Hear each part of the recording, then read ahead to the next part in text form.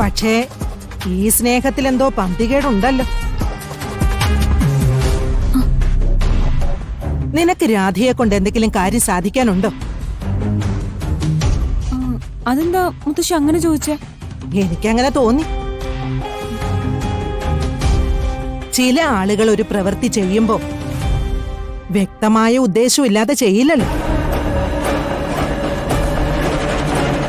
മോളെ രാധികെ, നീ ഇപ്പോ നിന്റെ അനുജത്തിയെ ശ്രദ്ധിക്കാറുണ്ടോ?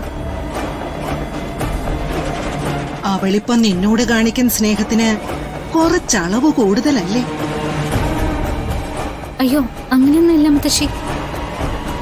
എന്നെ കാണാതായിട്ട് ഞാൻ തിരിച്ചു വന്നില്ലേ, അന്ന് മുതൽ ഇവൾ എന്നോട് ഇങ്ങനെ പെരുമാറുന്നേ. എന്തിന്? കണിമംഗലത്തേക്ക് ഇനി വരില്ല എന്ന് ഞാൻ തീരുമാനിച്ചിട്ട് എന്നെ നിർബന്ധിച്ചു കൊണ്ടുവന്ന ആരാ? ഇവളല്ലേ.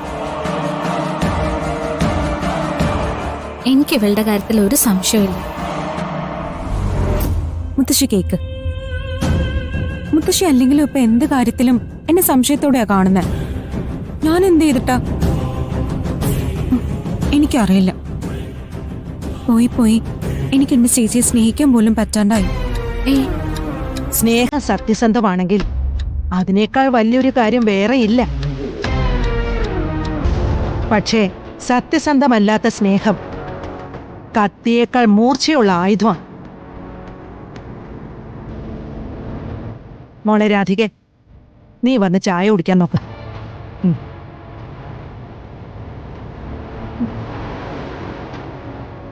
ചേച്ചി അതിങ്ങി തന്നേക്ക്. എന്താ? അല്ല, ഞാനെന്തോ കാര്യസാധനത്തിന് വേണ്ടി തന്നൂന്നല്ലേ മുത്തശ്ശി പറഞ്ഞത്. അങ്ങനെ തോന്നണ്ട, ഞാനത് തിരിച്ചു വാങ്ങിച്ചോളാം. പിന്നെ കുഴപ്പമില്ലല്ലോ. മുത്തശ്ശി പറയുന്ന കേട്ട് നീ ഇങ്ങനെ വിഷമിക്കൊന്നും വേണ്ട. അല്ല, നിന്റെ ഭാഗത്തുനിന്ന് അങ്ങനെ ചില പ്രശ്നങ്ങൾ ഉണ്ടായിട്ടുണ്ടല്ലോ. മുത്തശ്ശി അത് മനസ്സിൽ വെച്ച് പറഞ്ഞതായിരിക്കും. അത് നീ വിട്ടുകള. എന്തായാലും താങ്ക്സ് ഉണ്ട് കേട്ടോ. ചേച്ചിനോട് താങ്ക്സ് ഒന്നും പറയണ്ട. അച്ഛൻ പറയുന്ന പോലെ ഇടയ്ക്ക് എന്നെ ഒന്ന് ഉപദേശിച്ച് എന്റെ കൂടെ നിന്ന് എന്നെ രക്ഷിച്ചാ മതി. അതെന്റെ ചുമതലയല്ലേ.